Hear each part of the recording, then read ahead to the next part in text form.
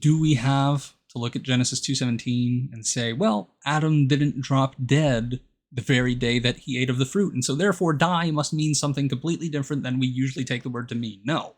No.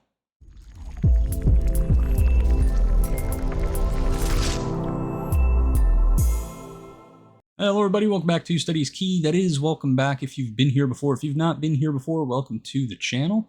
Hopefully you'll stick around to the end of the video and then subscribe to the channel so you can stick around for future videos as well. Let me know how many of you have heard this. Genesis 2:17 says, "But of the tree of the knowledge of good and evil you shall not eat, for in the day that you eat of it, you shall surely die." Well, Adam ate the fruit, and Adam did not drop dead that very day, and so therefore, "you shall surely die" must be referring to something other than physical death. How many of you have actually heard this be said? How many of you have heard that die here refers to spiritual death, refers to separation from God, something like this? Well, today we're going to challenge that interpretation, put it to rest, hopefully, because I don't think it's a very good interpretation of Scripture, and we're going to get into the scriptural reasons why that is in fact the case. Now, the first reason it's not a good interpretation of the text is that it requires that we take die here in a way that is completely different than the way the word is used all throughout Genesis.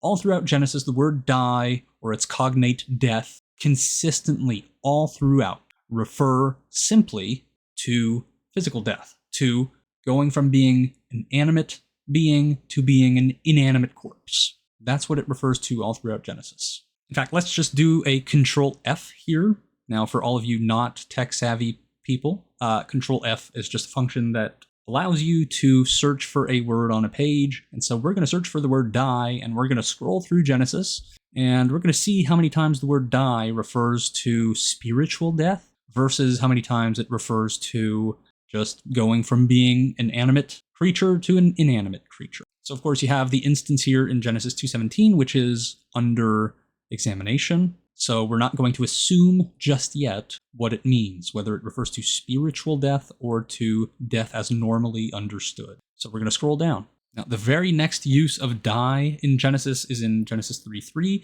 where Eve repeats the words of God to the serpent. And so since this is referring to the very same use of the word die in Genesis 2:17, we're going to let this use be considered inconclusive until we look further down in Genesis, and maybe doing so will help us determine what the word actually means. So it's used in Genesis 3:3, and here again in Genesis 3:4, when the serpent says, "You will not surely die." So these three instances all are referring to what was said by God in Genesis 2:17. So far, let's just be charitable and say, okay, it's still up in the air, could still be referring to separation from God, or could be referring to death as normally understood. Genesis 5:5, very next use. "Thus all the days that Adam lived were 930 years, and he died." Well, this is pretty clear.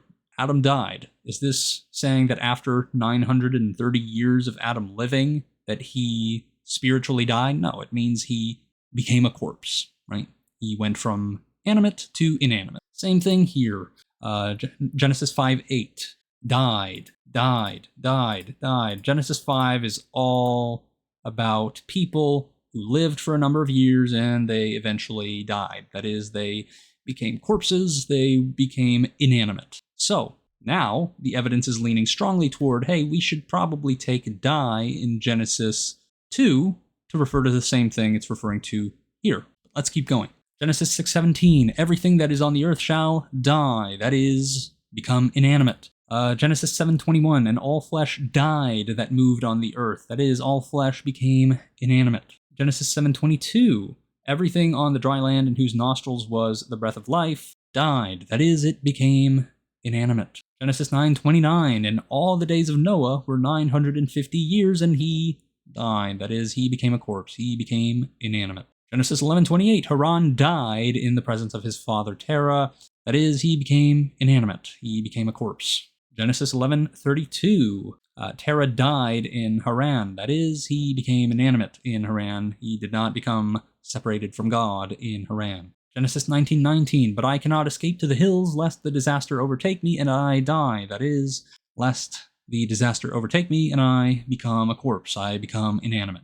Death as ordinarily understood. Genesis 27. God says to Abimelech, now then return the man's wife, for he is a prophet, so that he will pray for you, and you shall live. But if you do not return her, know that you shall surely die, you and all who are yours. This phrase even resembles the one in Genesis 2:17. You shall surely die. And what's he saying to Abimelech here? You shall surely be separated from me? No, he means you will surely be rendered a corpse.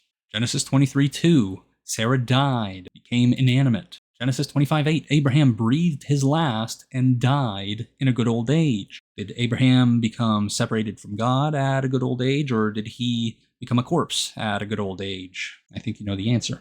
Genesis 25:17. He breathed his last and died. Did he breathe his last and become separated from God, or did he breathe his last and become a corpse? I think you know the answer.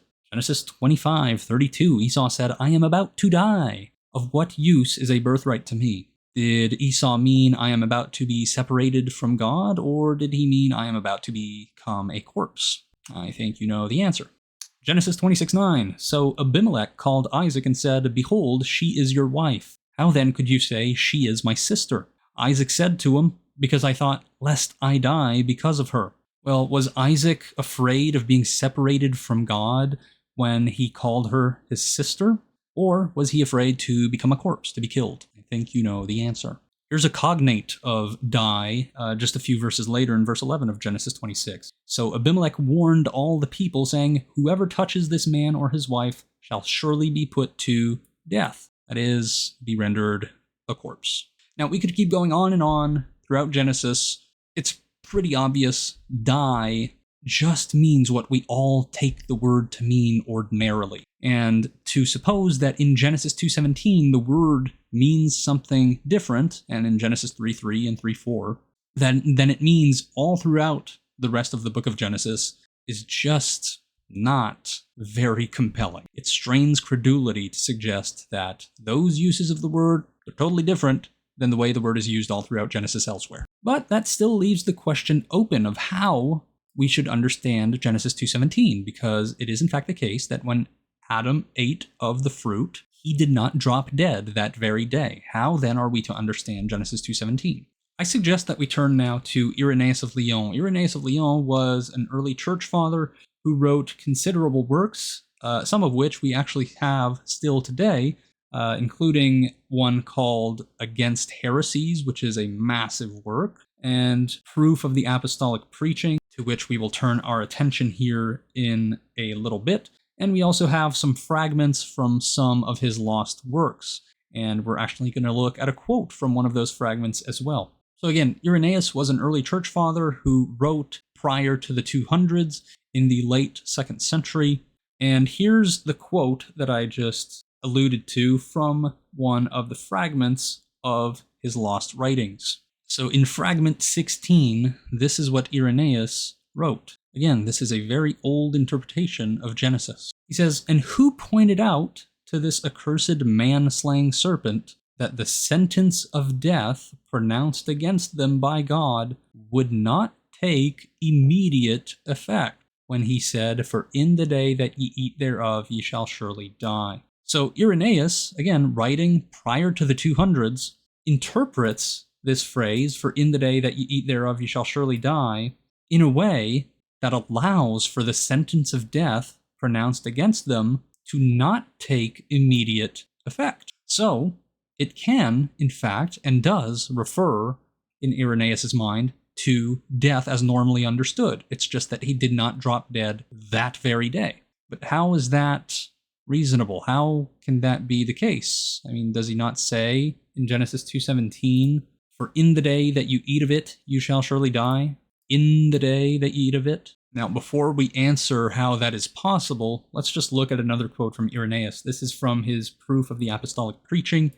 This is demonstration 15. It says, and he laid down for him certain conditions, so that if he kept the command of God, then he would always remain as he was, that is, immortal, conditional immortality. But if he did not, he would become mortal, melting into earth, whence his frame had been taken. And the commandment was this: of every tree within the garden eating thou shalt eat, but only of the tree whence is knowledge of good and evil you shall not eat, for in what day you eat you shall surely die the death. So again, Irenaeus, based on his other quote from one of his lost fragments, he believes that the death here did not take immediate effect. But what did not take immediate effect exactly? Melting into earth, right? That's the kind of death he understands God to be talking about in Genesis 2:17. Death as ordinarily understood. Death as referred to all throughout Genesis, as we looked at earlier. So far, so good. I mean, this makes the word die in Genesis 2:17 consistent with the way it's used everywhere else. And we have Irenaeus, who is a very early witness to the Christian faith, affirming this interpretation that you shall surely die refers to death as normally understood. But now again, we go back to Genesis 2:17, and it says, for in the day that you eat of it you shall surely die. Well, Adam did not drop dead the very day that he ate of the fruit. How do we account for that? How can Irenaeus and how can we say that this did not take immediate effect, that death did not take immediate effect, if it says that in the day that you eat of it you shall surely die? Well, this is where I think it'll be helpful for us to turn to the Aramaic Targums. Now, many of you are probably aware of what the Septuagint is. The Septuagint is the Greek translation of the Hebrew Old Testament. And in fact, the apostles, oftentimes in the New Testament, when they quote from the Old Testament, they quote from the Septuagint. They quote from the Greek translation of the Hebrew Old Testament. Now, the Targums, the Aramaic Targums, are kind of like the Septuagint, but in Aramaic, but they're slightly more loose, if I can put it that way. Rather than being more stringent on translating the Hebrew Old Testament, it's more of a paraphrase. Sometimes you'll see that a text, rather than being merely translated into Aramaic, is sort of paraphrased, right? They try to explain what the Hebrew actually meant, and so they won't necessarily translate it exactly, but they will give you a paraphrase indicating what they understand it to mean. So this is Targum Jonathan on Genesis 2, and again, this is a Jewish Aramaic interpretation of the Old Testament, and this is what it says about Genesis 2:17. This is how it translates or paraphrases Genesis 2:17. But of the tree of whose fruit they who eat become wise to know between good and evil, thou shalt not eat, for in the day that thou eatest, thou wilt be guilty of death. Now this kind of English is of course old. You can see by the word thou, shalt, eatest, thou, wilt, this is Old English. So the phrase guilty of death to, our modern English ears sounds weird. It sounds weird to say of somebody that they are guilty of death. But what this actually means is liable to death, right?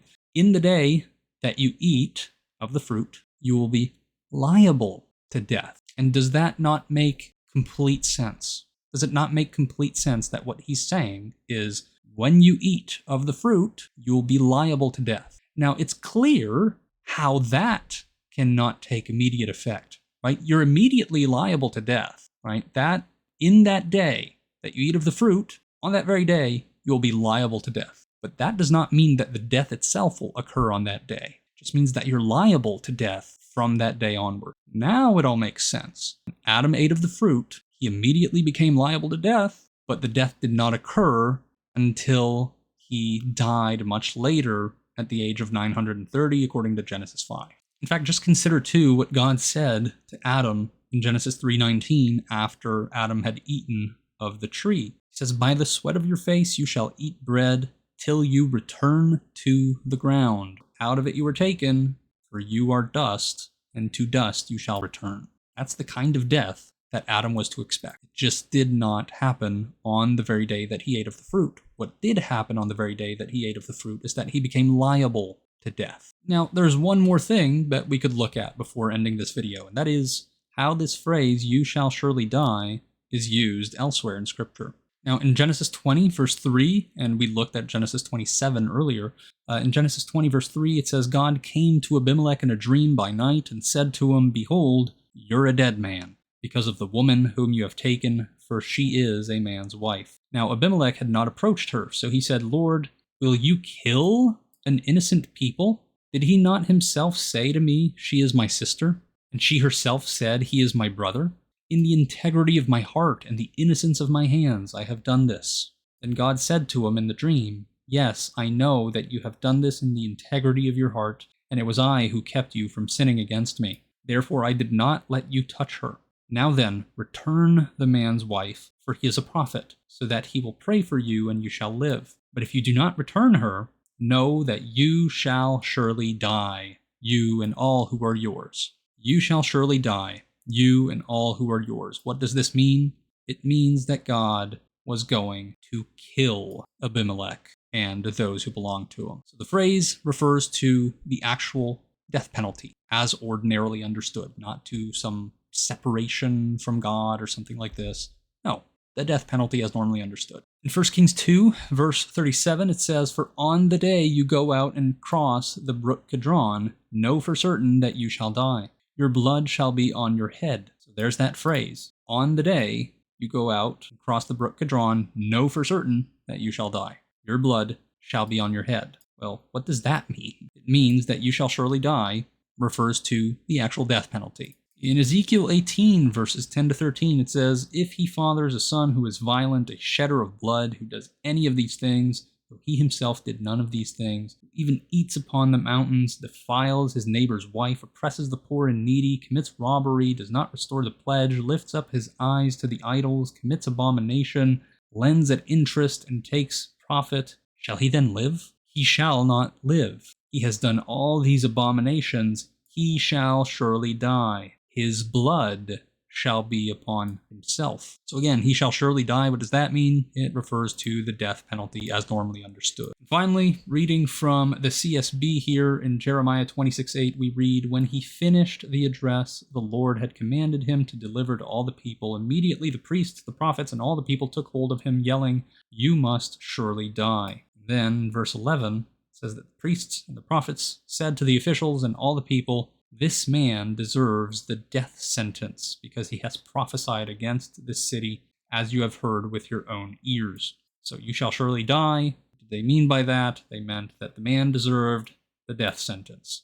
Death as normally understood. All right, so let's quickly recap and consider everything that we've looked at here today. We considered, first of all, how the word die or its cognate death are used in Genesis all throughout, and we've seen that without fail, it consistently refers to death as ordinarily understood, and so therefore it strains credulity to think that die here in Genesis 2:17 and in Genesis 3:3 and in Genesis 3:4, where Genesis 2:17 is brought back to mind, that here, and here alone in Genesis, die means something other than what we ordinarily take the word to mean. We then looked at Irenaeus, a early church writer who was writing prior to the 200s, who understands the phrase here, "For in the day that you eat of it you shall surely die," to refer to death as normally understood, returning to dust, just like Genesis 3:19 promises to Adam. And he says that this, his death, did not take immediate effect. And then we asked, well, how could that be if Genesis 2:17 says that in the day that you eat of it you shall surely die? And then we looked at the Aramaic Targums,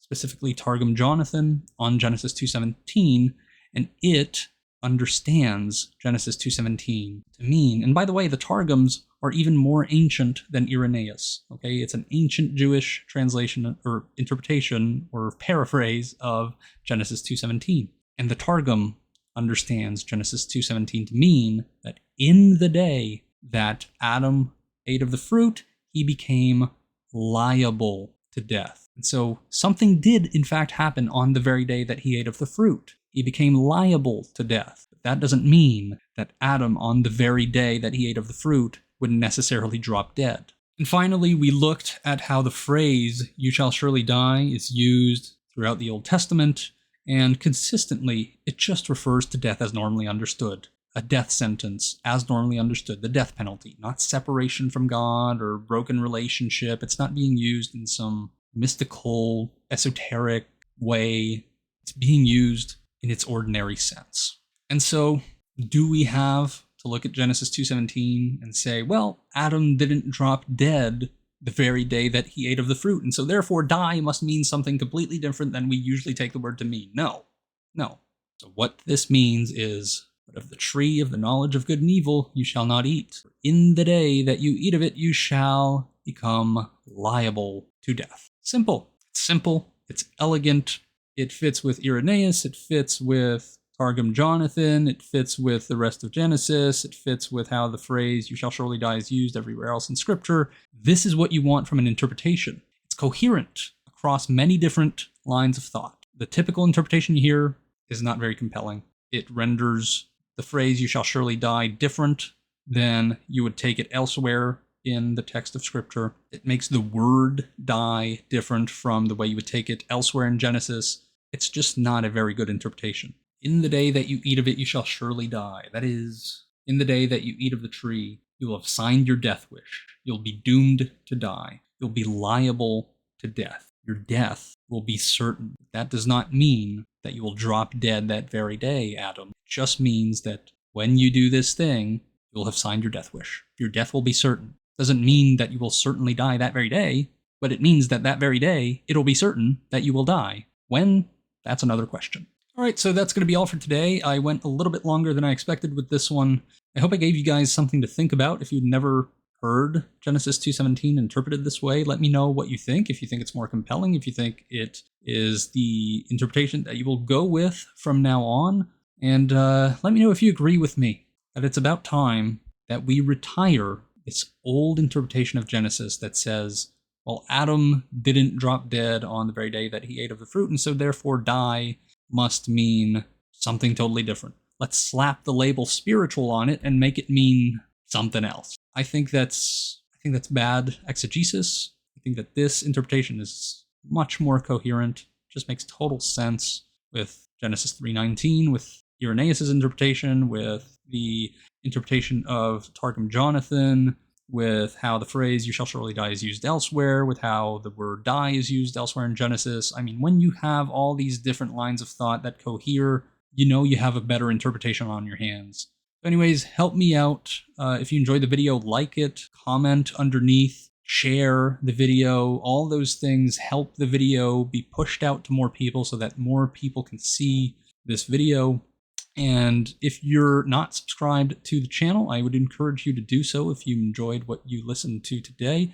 You can expect more content of this sort down the road.